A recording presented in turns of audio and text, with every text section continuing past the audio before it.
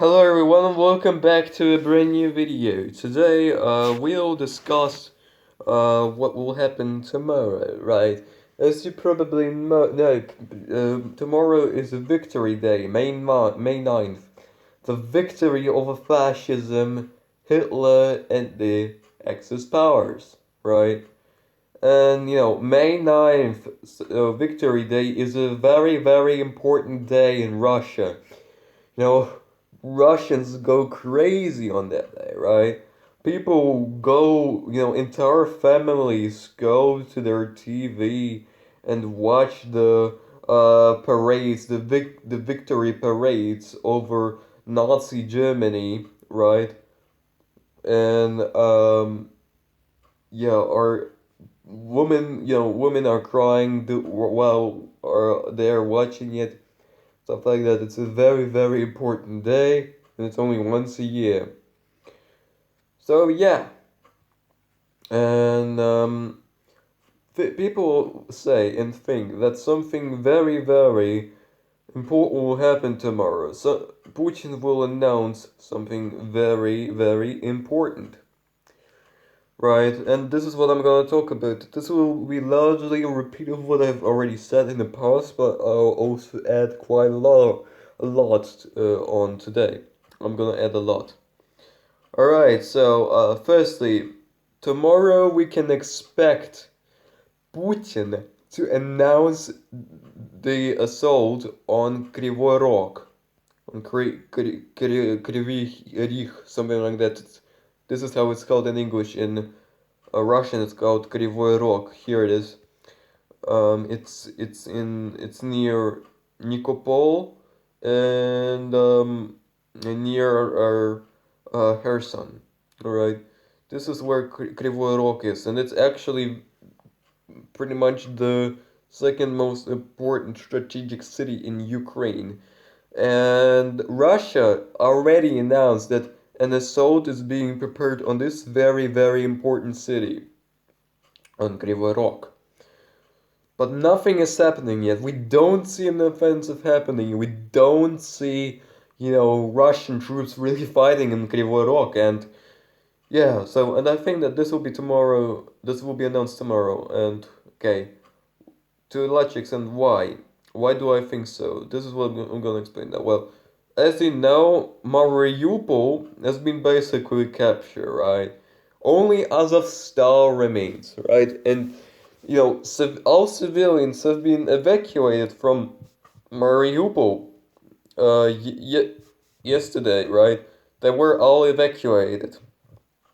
And so Russia can just ruthlessly go in now, since Russia was being so reluctant to finally attack Mariupol because of the civilians, right? Putin really cares about every single life, right? Every life is precious to Putin, right? So he didn't want to kill any civilians. Well, good job, Putin. Very good job.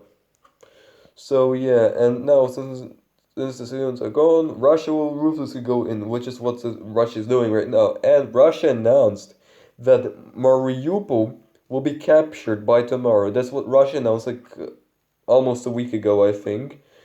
And yeah, so tomorrow it Azovstal will be completely captured. At least if everything goes according to plan.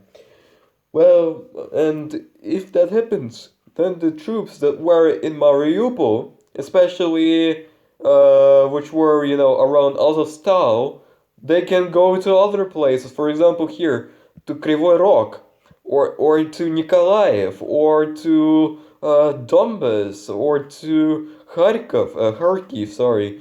And and I wanna explain now why Kryvyi Rog is such an important city.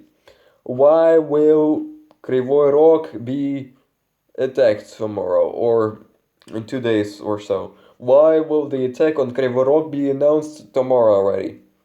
Why is Russia so focused on the city? Well, this city is if Russia captures this city, Kryvyi Rog, then Ukraine cannot launch any offensives. They can't defend anything. east of the Dnieper River. That means that they can't defend Kiev, they can't defend Kharkiv, they can't really defend Donbass either. They can't defend Dnieper city. They can't they can't defend Zaporozhye, Poltava, Sumy, Chernihiv, Chernobyl. They can't do it. Basically everything east of the Dnieper River in that case is defenseless. And then this will be easily captured. As long as also Nikolaev, I think, probably is captured. Now, the Battle of Donbass will definitely continue. Donbass is being encircled right now and stuff like that, right? Right, and Russia had a very, very important strategic victory a few days ago. I think it was. I'm not sure when exactly it was, but it was this week. Uh, and this week, a very important city. I'm not sure if I think it's here. It's this one with the X in the middle. This is Propasna. That's what it's called, I think. Propasna, yeah, Propasna. It was captured, and that means that Ukraine. This was, by the way, one of Ukraine's most well-defended cities in the Donbass, and now since it's captured, it will be much easier also to, take Severodonetsk. Severodonetsk. Severodonetsk is pretty much the last stronghold, the last city in the Luhansk Oblast, which is still not under Russian control, right? And pretty much this will be captured really, really soon, and then pretty much all of Luhansk Oblast will be liberated. The battle of the Donbass is mainly going on in the Donetsk Oblast. 98% of Luhansk has been already liberated. It's mainly Severodonetsk which is still remaining. Well, yeah, I think the battle here will also exaggerate as well as in Kryvyi Rog, okay? Also, right now, 100,000 100,000 soldiers are fighting in the Donbass. There are also 80,000 more soldiers, Russian soldiers, that is, in Ukraine, right? But they're not in the Donbass and they're not fighting. So, what are they doing? This is a big question. I think that they are right now preparing, training, resting, and stuff like that to prepare an assault on the city, Kryvyi Rog. It will be really big, a really big battle. I think that Nikolaev will also be captured. Here we can see a map of how it's going near Nikolaev. We can see that Russia is really, really close to Nikolaev. This is Nikolaev here, where it says, you probably can guess it yourself. This is Nikolaev, and I think Russia will capture this very soon. Look at how the front line looks. It's obvious that Russia is preparing an offensive in Nikolaev. Here only a few, literally, Russia is just a few towns away of Nikolaev. Only towns like Pravdino, Luparevo, Galitsinovo, Posad Pokrovska. Only these towns are really just still in the way, and they will be captured really soon too. Question is how much Russia will do to capture Nikolaev, because Russia will at the same time also stage some an offensive in Kryvyi Rog, which is somewhere over here, right? So yeah, why do I think Russia also?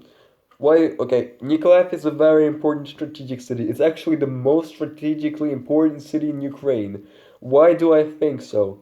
Firstly, Nikolaev is the gateway to Odessa. So, if Russia captures Nikolaev, Russia can easily capture Odessa and landlock Ukraine, and take away their access to the sea and turn Ukraine from a normal shithole into a landlocked shithole like Uzbekistan.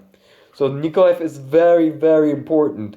Nikolaev and Kryvyi Rog are much more important than Kiev or Kharkiv or Odessa. Forget about these cities. Nikolaev and Kryvyi Rog are the most important. And not just that, I think that Nikolaev, Kryvyi Rog, and Kryvyi Rog are so important, the Donbass as well as Odessa, much more important than Kiev or Kharkiv or something like that, because those are the four most important places, really, the four most important battles. One, the most important is in Nikolaev. The second most important is Kryvyi Rog. The third most important is Donbass, and the fourth most important is Odessa. Right? Those are the four most important battles, right? Most important strategic points. Why? Well, why is another? Okay, let me name another reason for it. Around 95% of the Ukrainian military right now is located in Kryvyi Rog, Donbass, Nikolaev, and Odessa, especially in Kryvyi Rog and Donbass. So if Russia manages to capture those cities, it's game over. And also, 99% of their military will be destroyed. Then, if you didn't know, basically, I post community posts on my YouTube channel where I show the military losses of Ukraine, right? And basically, already 88%. Sorry, the city was called Popasna here, not Popasna. Well, anyway, if Russia manages to, destroy the 95% of Ukraine's military here, right, and the four places I named, Nikolaev, Kryvyi Rog, Odessa, and the Donbass, right, then you know and if the Ukraine military doesn't flee from those places, then 99% of Ukraine's military will be destroyed. Because already 87.2% of the Ukrainian military has been destroyed. 88%, well, actually, let me give you data which is a bit slightly more up to date. Alright. 88.1% of their military has been destroyed. 88.8% of their tanks and other armed combat vehicles have been destroyed. Technically, already 100% what used to be destroyed, but because they received 400 new tanks from Poland and other, countries, such as, Germany, that being 200 T-72s and 272 88 Leopards, right? This is what they received. And those tanks are very, very outdated. They are from like the 60s. They are incredibly outdated. It's very easy to destroy them. Already in like the last 24 hours, right? In the last 24 hours, if I'm not mistaken, 32 tanks and other armed combat vehicles have been destroyed by Russia. And this is how it goes on average.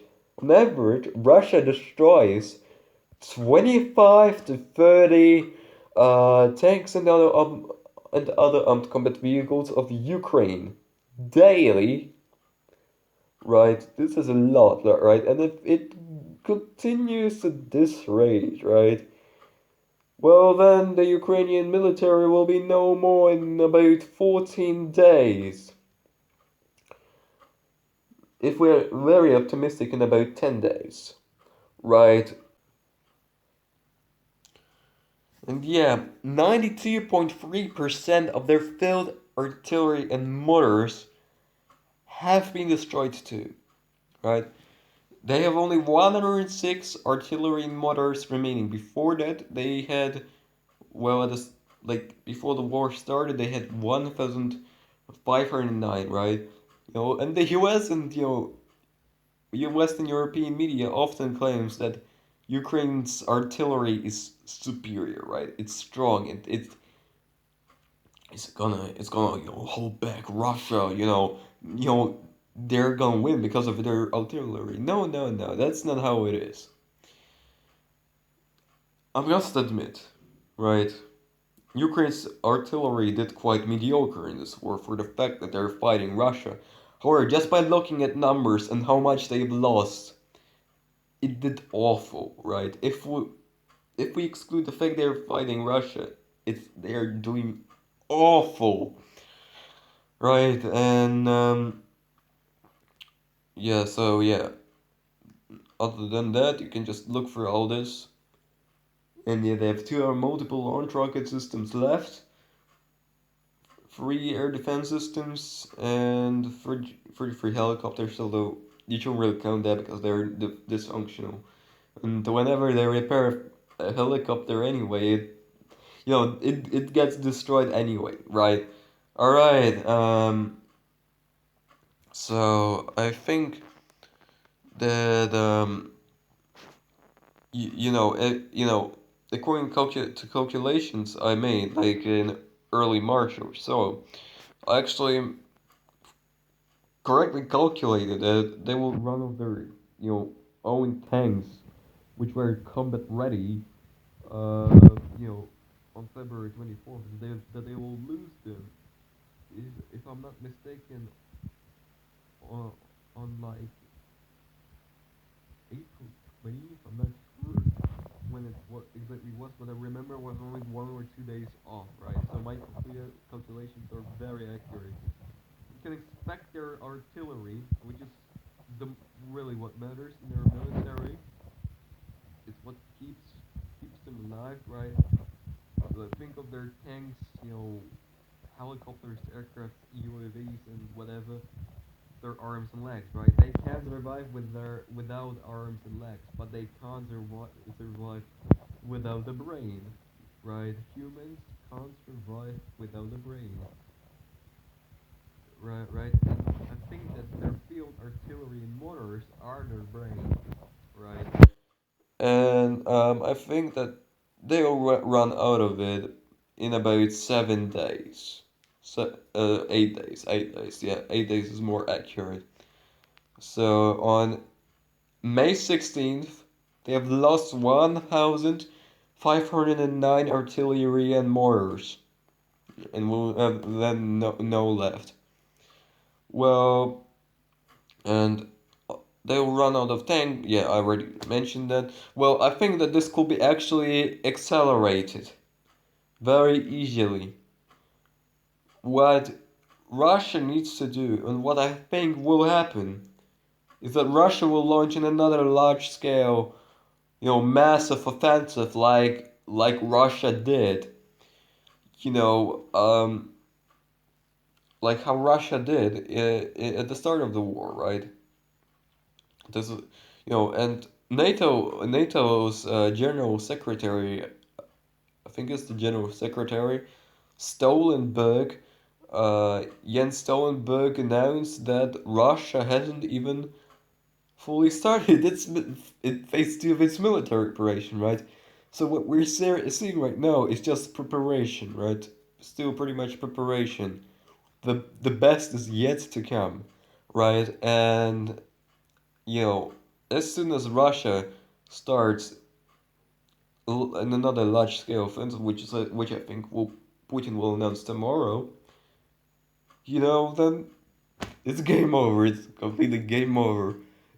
Everything they have left, like all those numbers will reach 100%, and all those numbers will reach zero really, as soon as Russia launches another large scale offensive, and it will be, from what I have read, on all fronts. will definitely include Nikolaev, definitely Kryvyi Rog, definitely the Donbass, definitely Kharkov, most likely Kharkov, and media, media also says, pretty much everything, right? But I don't think Russia will go that far. I think Russia will, uh, you know, well, technically, Kiev, Kiev and the entire rest isn't really important. They don't have much military entities of Ukraine. 95% of them are located in Nikolaev, Odessa, Korea, Iraq, and Donbass. So Russia will fight there, right? Although it's possible, most likely, I think Russia will also intervene in Kharkiv again. I mean, just look at this, right? Russia withdrew from the north, right? From Kiev, Chernihiv, Sumy, and stuff like that, Chernobyl. Russia withdrew from there, but not from Kharkiv. Okay, the northeast, the east of Kharkiv is under Russian control. You could claim to encircle the Donbass, right, and win the battle of the Donbass. Okay, fine, but what are those? What is Russia doing here? you know, Generally in the north, in the northwest of Kharkiv as well, that is on the border with Russia. I mean, maybe Russia is there to protect itself from more attacks, but I don't think that this is the case. I think that Russia is planning another offensive on Kharkiv, which is why Russian troops stayed here but not in the north. And yeah, if Russia's launches in another large-scale offensive tomorrow, we can expect, the Ukrainian military to be completely, destroyed about a week from now. You know, and then, phase two will be over really quickly. And, what will phase three be about then? I think that we are getting a bit off topic, right? I think I already talked about what we needed to talk about, right? And yeah, and another interesting fact I want to note is that the vice deputy of the Russian Duma said about 2 days ago in an Italian journal, in an Italian interview, that Russia wants to go as far as reaching the Polish border. That means that Russia wants all of Ukraine. People often, I've seen people say that Russia only wants the Donbass, that Russia only wants Novorossiya, or that Russia, this is the most likely, sorry, not most likely, this is the most, normie, most common scenario given. Russia will only, capture Novorossiya and everything east of the Dnieper, including Kiev. But Russia will capture Kiev, but will not go as far as Lviv. This is not the case, as we now know. This is not the case, as we all know. Uh, Ukraine. Oh my God, I'm so tired. I predicted that Russia will try to take all of Ukraine, right? It makes no sense for Russia not to take everything at this point, right? This has a lot of land and a lot of people, right? It will create a large workforce, which Russia needs while there's a declining population, right? Not declining but stagnating, and the demographic crisis, right? And definitely, generally, to defend itself, and Russia wants, to take its former lands back. And now it's been pretty much confirmed, right? That Russia won't just go until Kiev or won't just take Novorossiya or the Donbass. Russia will take everything unless Poland decides to intervene and split up Ukraine with Russia, which would be very worrisome. I think that this is actually a possible scenario. It's I find it unlikely, but possible, and this is what scares me. It's possible. And then this would actually remind me of World War II, right? The Soviet Union, they were taking Eastern Europe, right? The Soviet Union took Eastern Europe, right? But Churchill did not want the British Empire did not want the Soviet Union to take all of Europe. So because of that, towards the very end of the war, the UK under Churchill decided to do D-Day for bad intentions, just to not allow Russia to take all of Europe. They, the UK took Western Europe and Russia Eastern Europe. All right, and I'm afraid that the similar scenario will play out here. Russia could take only, you know, could take everything of east of the Dnieper, and the rest goes to Poland or Galicia, right? And I'm really afraid of the scenario, but it's unlikely but possible. But I don't want it to happen. Right, enough rambling for today. I hope you will have a great day, and yeah, don't forget to keep reading my community posts where I post Ukrainian military losses daily and stuff like that. Alright, goodbye.